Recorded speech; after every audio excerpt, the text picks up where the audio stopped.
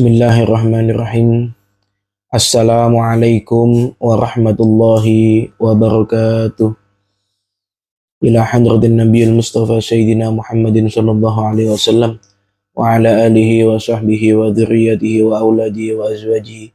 Thumma nakhussu khususan khassa li hadrati syekhina wa murabbi ruhina Syekh Abdul Karim Nirboyo, Syekh Marzuki Dahlan Nirboyo, Syekh Marsal Nirboyo, Syekh Ahmad Idris Marzuki Nirboyo, Syekh Tahir Marzuki Nirboyo, Syekh Barul Marzuki Nirboyo.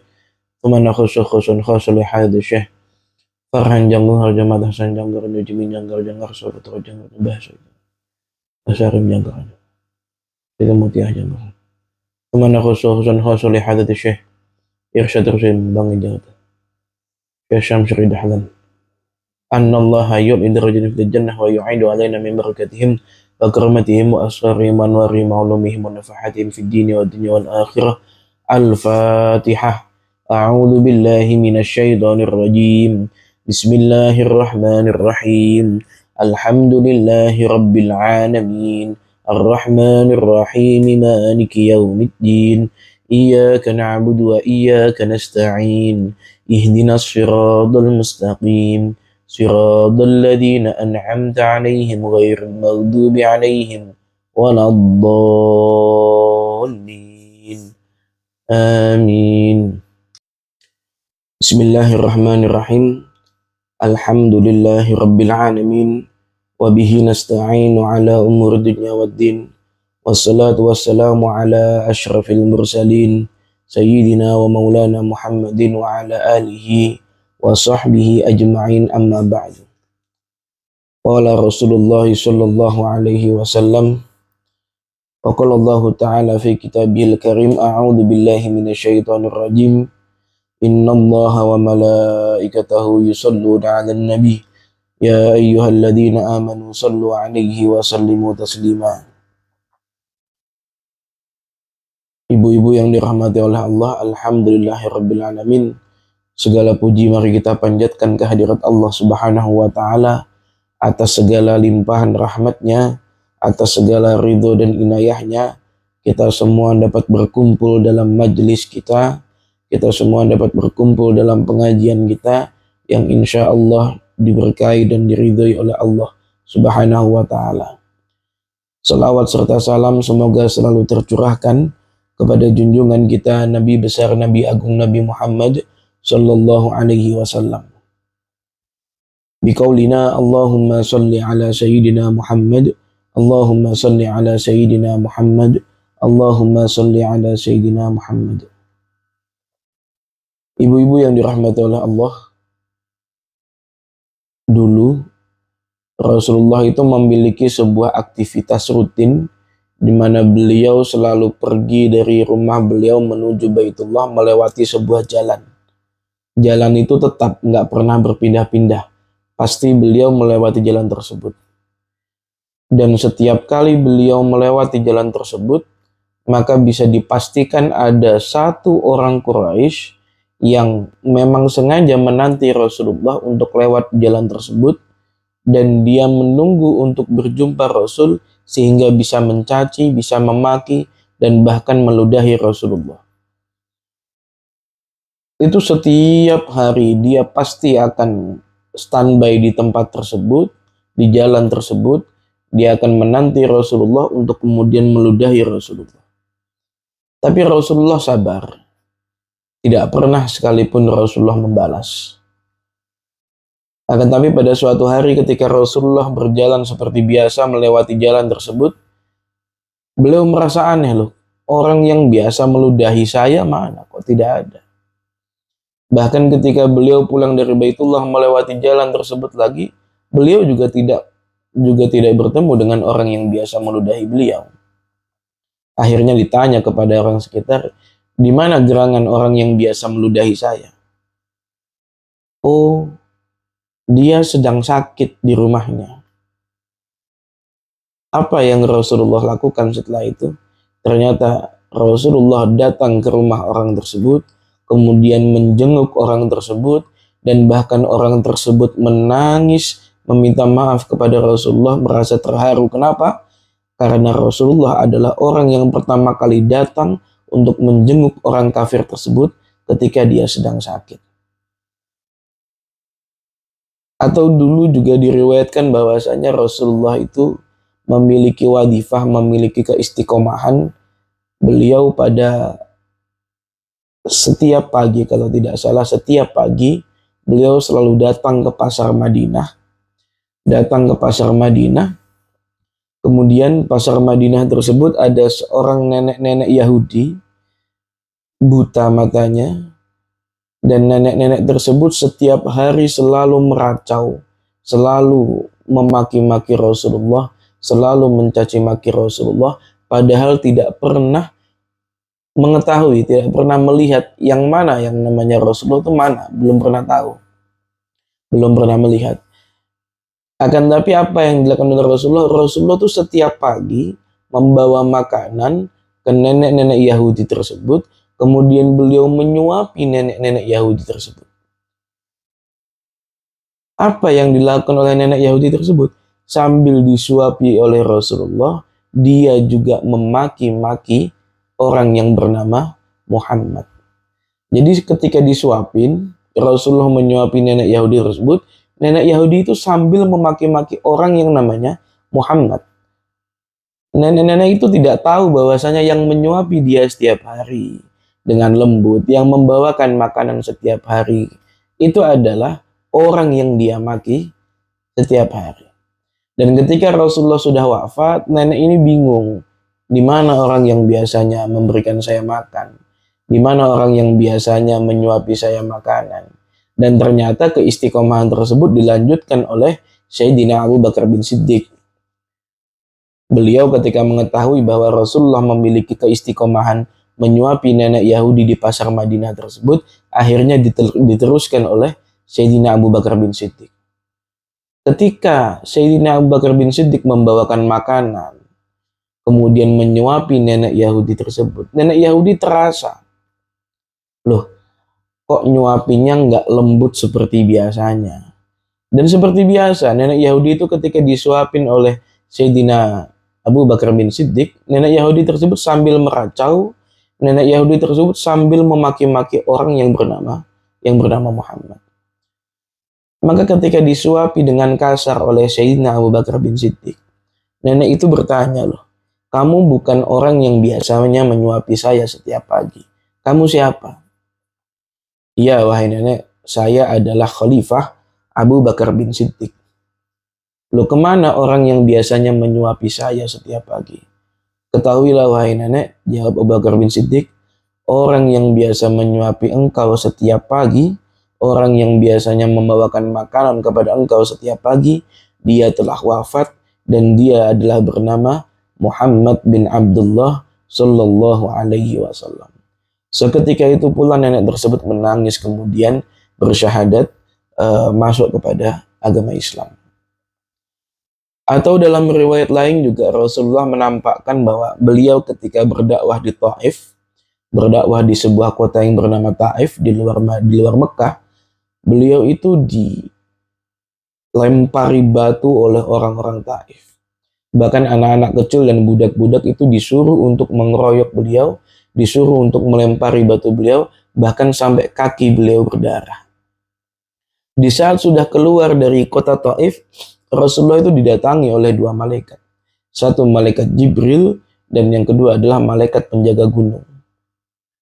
Malaikat penjaga gunung itu berkata kepada Rasulullah, wahai Rasulullah, umatmu yang engkau kasihani ini, umatmu yang telah engkau dakwai, umatmu yang engkau cintai, justru malah membalas dengan kebencian kepadamu.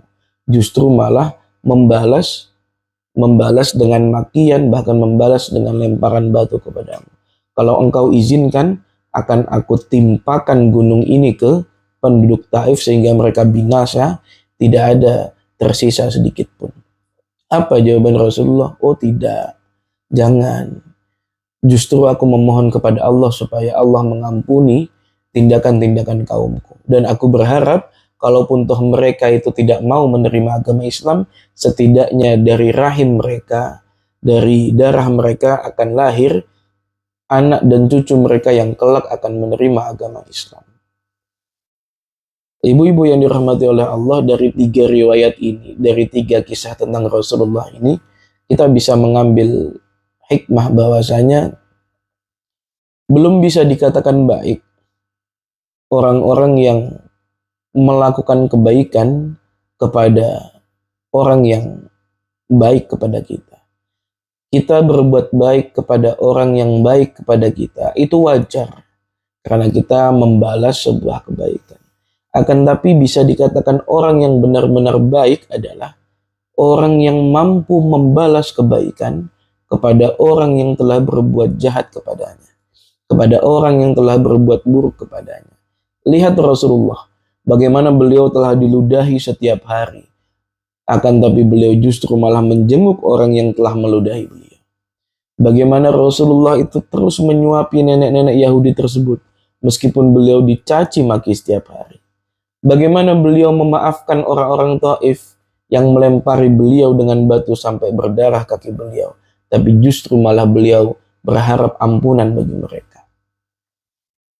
Ini sebagai suri tauladan bagi kita, ibu-ibu sekalian, bahwasanya ayo kita tingkatkan kualitas. Kalau kita merasa bahwasanya saya pernah melakukan baik kepada orang ini, saya pernah melakukan baik kepada orang ini, itu biasa ibu-ibu. Kenapa? Ya karena kita tetangga sama-sama baik. Cuma ayo kita introspeksi diri, ada nggak orang yang selama ini kita benci? Ada nggak orang yang selama ini berbuat buruk kepada kita? Ada nggak selama ini orang-orang yang selalu membuat kesal kita? Coba kita bisa nggak berbuat baik kepada mereka? Ayo coba nih, nafsunya ditahan nih. Coba hatinya mulai diperbaiki nih. Ayo jangan cuma berbuat baik kepada orang yang baik kepada kita, tapi ayo kita berbuat baik kepada orang-orang yang telah berbuat buruk kepada kita, atau orang-orang yang kita benci, orang-orang yang kita sesali. Ayo kita mulai dari sekarang, jangan sampai dalam sehari semalam kita tidur dalam keadaan masih memendam kebencian kepada orang lain. Kita kalau mau tidur malam, usahakan ibu-ibu bukan hanya berdoa. Sebaiknya sebelum kita tidur, kita ingat-ingat seharian ini kita udah benci kepada orang siapa aja. Seharian ini kita udah ngegibahin orang siapa aja. Seharian ini kita udah ngerasa kesel sama orang siapa aja. Ayo hati kita mulai ditata. Jangan sampai kita itu tidur dalam keadaan masih memiliki kebencian kepada orang lain. Maafkan. Dan bahkan esok harinya ayo kita berbuat baik kepada mereka. Kita berbuat baik bukan karena orang itu berbuat baik kepada kita. Kita berbuat baik karena kita ingin menjadi orang yang lebih baik.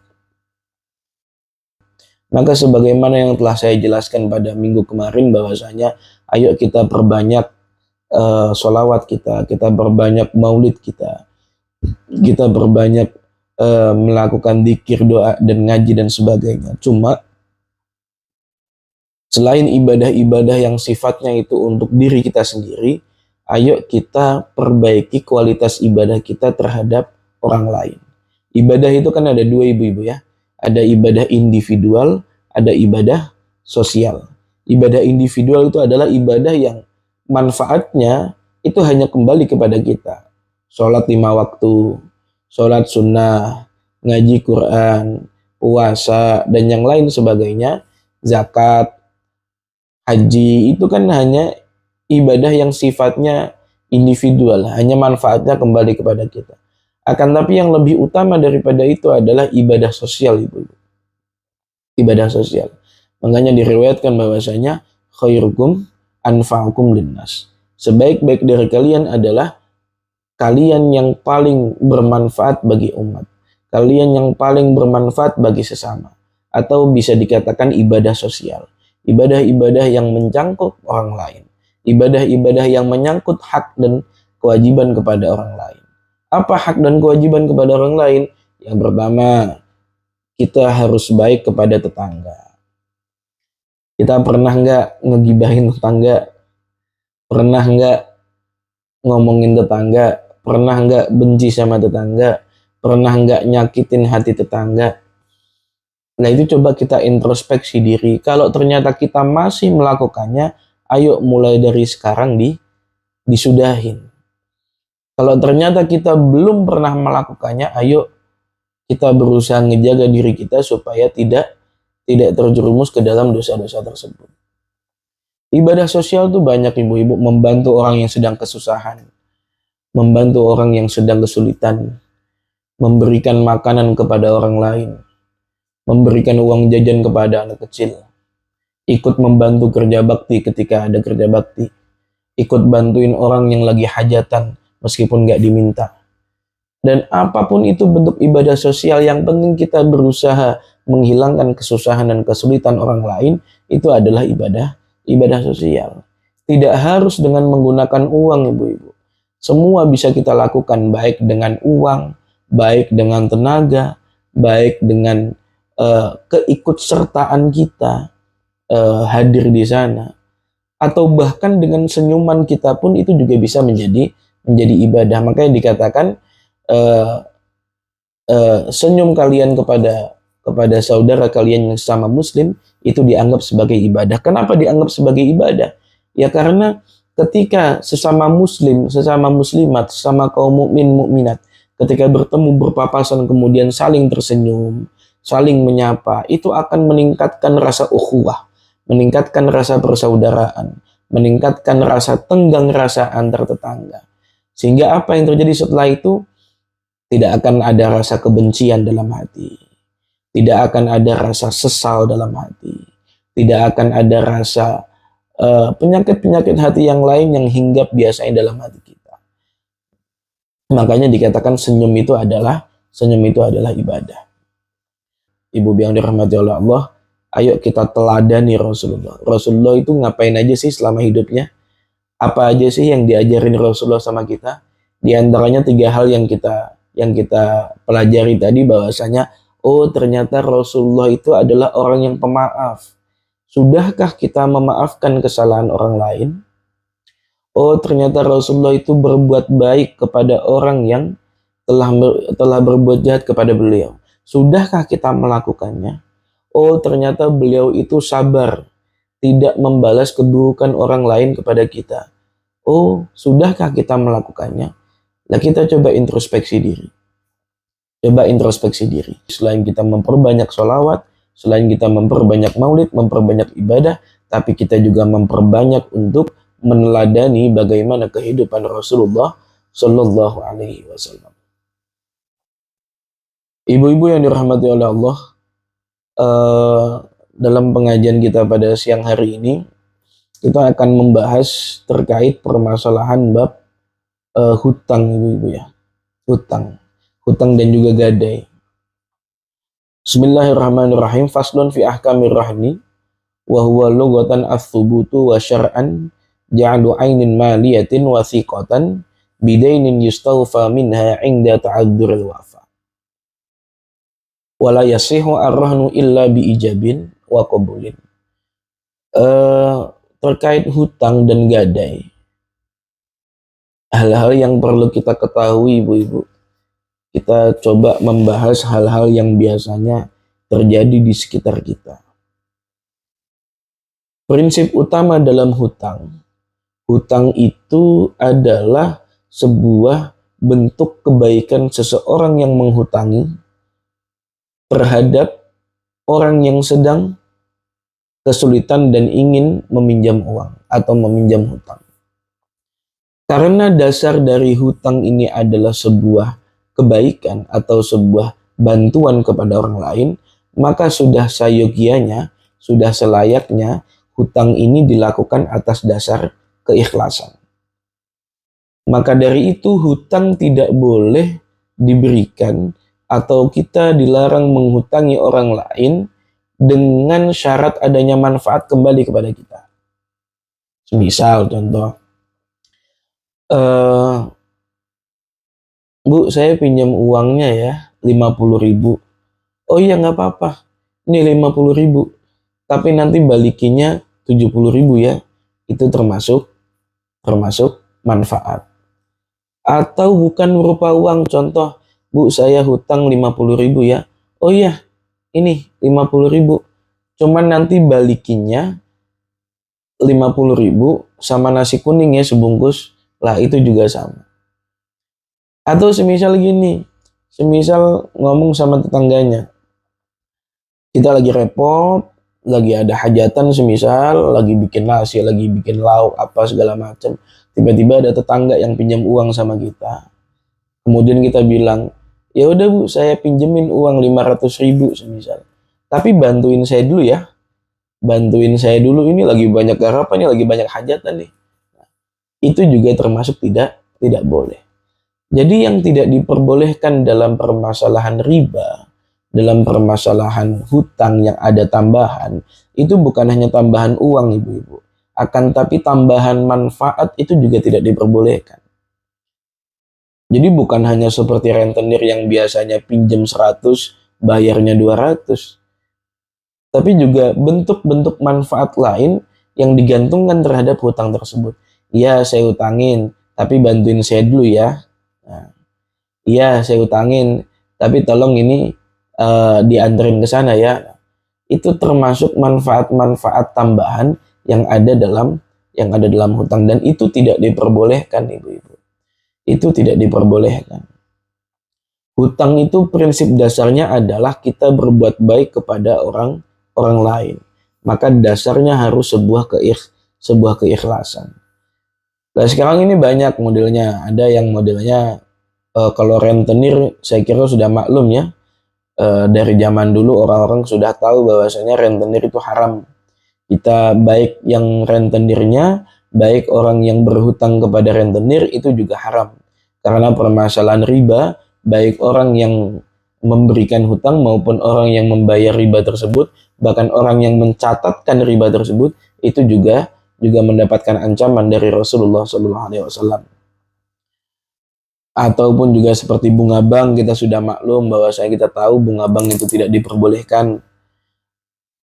Kadang ada sekarang ini modelnya riba atau sama seperti rentenir tapi dimodifikasi. Semisal contoh, saya mau beli HP. Saya nggak punya uang. Ada nih rentenir. Ngomongnya minta tolong dibeliin HP. Saya mau beli HP tapi nggak punya uang. Ya sudah saya beliin, kata rentenirnya. Ya udah saya beliin. Nanti kamu bayarnya nyicil ke saya. HP harganya 2 juta, ya kan? Kemudian dikasih uang sama rentenir tersebut. Ya udah, nih saya bayarin HP ya. Nih saya kasih uang 2 juta, kamu yang beli HP-nya. Itu sama aja ibu-ibu. Itu sama aja.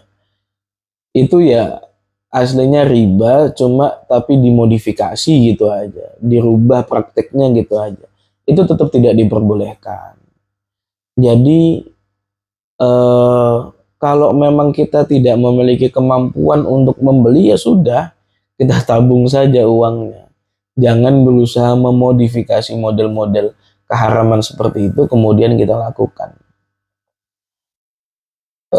Kemudian bagaimana Pak Ustadz kalau saya udah terlanjur terjun, semisal saya di bank, kemudian saya punya tanggungan bunga, saya punya hutang bank dan yang lain sebagainya, atau saya sekarang masih ada sama rentenir, saya masih punya tanggungan sama rentenir, ya sudah, tetap lakukan apa seperti biasanya, dalam artian cicilan tetap kita lakukan karena sejatinya itu tetap hutang yang wajib kita bayar. Lah terkait lebihannya bunga yang kita bayarkan, kita niatkan sedekah begitu saja.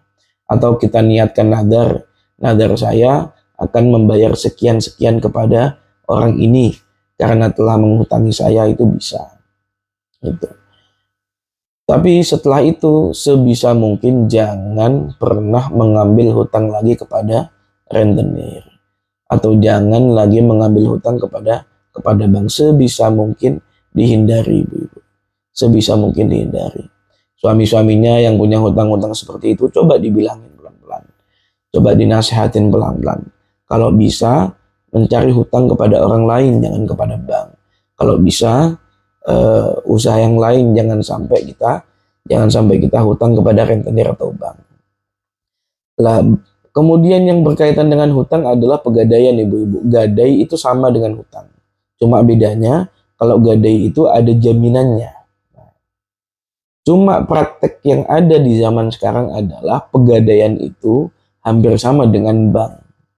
Kenapa? Karena pegadaian itu hutang semisal 50 juta, jaminannya sertifikat rumah, nanti kita nyicil atau bayarnya biasanya lebih dari 50 juta, ya kan? Biasanya begitu. Lah itu nggak ada bedanya dengan riba yang ada di bank. Cuma bedanya pegadaian itu ada jaminannya gitu aja. Hutang di bank kan juga sama, biasanya ada jaminannya kan? Nah, sama saja ibu-ibu. Jadi tidak diperbolehkan.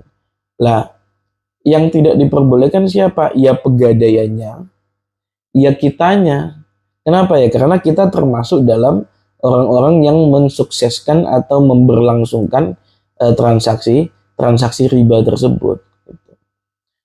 Karena kalau dalam syariat pegadaian itu aslinya adalah kita berhutang kepada orang lain, tapi orang lain tersebut takutnya kita nggak bayar, akhirnya kita memberikan sebuah jaminan.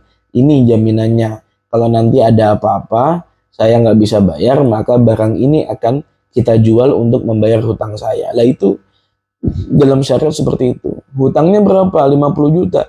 Ya sudah, kalau sudah bisa mengembalikan 50 juta, maka barang jaminannya bisa diambil. Itu konsep pegadaian asli seperti itu. Cuma kalau yang sekarang kan tidak. Yang sekarang itu ya seperti tadi, ada bunganya seperti itu. Itu tetap tidak diperbolehkan. Nah itu terkait permasalahan hutang dan juga gadai. Nah ibu-ibu yang dirahmati oleh Allah, dalam kita berbisnis, dalam kita bekerja untuk anak-anak kita, terutama suami-suami kita yang sedang mencari nafkah untuk kita, untuk ibu-ibu, untuk anak-anak sekalian, maka sebisa mungkin ibu-ibu yang menjadi seorang istri, ibu-ibu yang menjadi seorang ibu, itu berusaha mensupport suaminya. Mensupport untuk apa? Mensupport untuk selalu semangat dalam mencari nafkah, akan tapi juga sebagai rem, juga sebagai pengendali. Dalam artian pengendali itu jangan sampai suami-suami kita, ibu-ibu sekalian, itu mencari nafkah dari sesuatu hal yang bertentangan dengan syariat. Itu tugas dari seorang istri sejatinya seperti itu, ibu. Kalau semisal istrinya tidak ikut bekerja, hanya sebagai ibu rumah tangga, sebisa mungkin menjadi controller, dalam artian yang mengontrol. Jangan sampai suami saya yang mencari nafkah, bekerja keras di luar sana, udah capek-capek cari nafkah, ternyata nafkah yang dikasih kepada anak-anak, nafkah yang dikasih kepada saya, ternyata bercampur antara uang yang halal dan uang yang tidak halal. Nah itu tugasnya ibu-ibu sekalian, tugasnya para istri sekalian untuk selalu mengingatkan kepada suaminya. Selain perkara masalah halal dan haram, ibu-ibu sekalian sebagai istri-istri yang baik, yang solehah, tugasnya itu apa? Tugasnya itu adalah untuk mengontrol keimanan dari sang suami. Jangan sampai suami-suami di luar sana sibuk untuk mencari kerja, sibuk untuk mencari nafkah, banting tulang bekerja keras, akan tapi lupa terhadap sholatnya, akan tetapi lupa untuk sedekahnya, akan tetapi lupa untuk mendekatkan diri kepada Tuhannya. Nah itu tugasnya ibu-ibu sekalian. Kenapa? Bapak-bapak di luar sana sudah bekerja keras, pikirannya sudah dibanting kemana-mana, pikirannya untuk tagihan ini, untuk bulanan ini, untuk bayaran ini, semuanya sudah difikirkan oleh bapak-bapak di luar sana, suami-suami di luar sana. Akan tetapi harus ada penyeimbang. Ya, siapa penyeimbangnya? Ya ibu-ibu sekalian. Sebagai penyeimbang, jangan sampai kebablasan. Jangan sampai cari nafkah, akan tapi jangan sampai melupakan ibadahnya. Kenapa? Karena yang diwajibkan bagi kita sekalian bukan hanya berusaha, akan tetapi berdoa dan mendekatkan diri kepada Allah Subhanahu wa Ta'ala. bekerja sekeras apapun, mencari nafkah sejauh apapun, kalau memang belum diridhoi oleh Allah untuk mendapatkan rezeki, ya belum dapat rezeki. Tapi terkadang kita baru keluar untuk mencari nafkah, satu langkah, dua langkah kita keluar, Allah sudah kasih rezeki. Ya Allah yang ngasih rezeki semuanya. Maka Allah perintahkan, ya silakan kamu berikhtiar, silakan kamu bekerja, akan tetapi masalah rezeki saya yang menentukan. Bisa jadi saya kasih rezeki kamu berupa uang bulanan setiap bulan, bisa jadi saya kasih rezeki kamu berupa uang yang sedikit, akan tetapi anak-anak kamu sehat, istri kamu sehat, anak-anak kamu soleh solehah, istri kamu menjadi istri yang solehah. Ada kalanya saya nggak kasih kamu rezeki berupa uang, yang mencari uang itu adalah anak-anak kamu. Akan tetapi kamu itu saya kasih rezeki berupa apa? Berupa bisa rajin ibadah, berupa enteng untuk ngaji, berupa bisa berkumpul dengan orang-orang yang soleh dan solehah. Dan itu juga merupakan rezeki, Bu. Jadi ayo kita saling mengingatkan satu sama lain. Suami mengingatkan istri, istri mengingatkan suami, orang tua mengingatkan anak. Kita saling mengingatkan, sama tangga semisal ada yang curhat ya kita saling mengingatkan bahwasanya kita hidup di dunia cuma sebentar. Kita hidup di dunia cuma sebentar. Mau cari apa sih? Segunung emas yang kita cari yang nggak akan dibawa mati. Nggak akan dibawa mati. Semuanya gantian ibu-ibu. Semuanya gantian. Tanah yang kita miliki sekarang itu sebelum punya kita ya punya orang sebelumnya. Sebelum punya orang sebelumnya, punya orang sebelumnya lagi. Tidak ada bumi di dunia ini yang tidak gantian, tuh tidak ada. Semuanya gantian. Apa yang kita pakai semuanya gantian. Bumi yang kita pijak semuanya gantian. Maka tidak ada satupun kekayaan dunia yang bisa kita banggakan, yang bisa kita bawa mati, kecuali amal ibadah kita kepada Allah Subhanahu wa Ta'ala. Ibu-ibu yang dirahmati oleh Allah, mungkin cukup sekian kajian pada siang hari ini. Mudah-mudahan bermanfaat. Mudah-mudahan setelah pulang dari sini kita bisa benar-benar mengamalkan apa yang telah kita pelajari. Kita bisa meningkatkan rasa cinta kita, rasa mahabbah kita kepada Rasulullah Shallallahu Alaihi Wasallam, dan semoga kita bisa selalu meneladani perangai beliau, meneladani teladan beliau, meneladani kehidupan beliau, yakni kehidupan Rasulullah Shallallahu Alaihi Wasallam. Bismillahirrahmanirrahim. Alhamdulillah rabbil alamin. Hamdan yuafi ni'amahu wa yukafi mazidah. Ya Rabbana lakal hamdu wa lakal syukru kama yanbaghi li jalali wajhikal karimi wa 'azimi sultanik. Allahumma shalli 'ala sayyidina Muhammadin salatan tunjina biha min jamil ahwali wal afat wa taqdi lana biha min jamil hajat wa tutahhiruna biha min jami'is sayyi'at wa tarfa'una biha 'indaka lad darajat wa tuballighuna biha aqsal ghayat min jamil khairati fil hayati wa ba'dal mamat innaka samiyyun qarib mujibud da'awat wa qadiyal hajat. Allahumma ighfir lana dhunubana ولوالدينا وارحمهما كما ربيانا صغارا ربنا ظلمنا أنفسنا وإن لم تغفر لنا وترحمنا لنكونن من الخاسرين ربنا هب لنا من أزواجنا وذريتنا قرة أعين واجعلنا للمتقين إماما ربنا آتنا في الدنيا حسنة وفي الآخرة حسنة وقنا عذاب النار وصلى الله على سيدنا محمد النبي الأمي وعلى آله وصحبه وسلم والحمد لله رب العالمين والعفو منكم ثم السلام عليكم ورحمة الله وبركاته.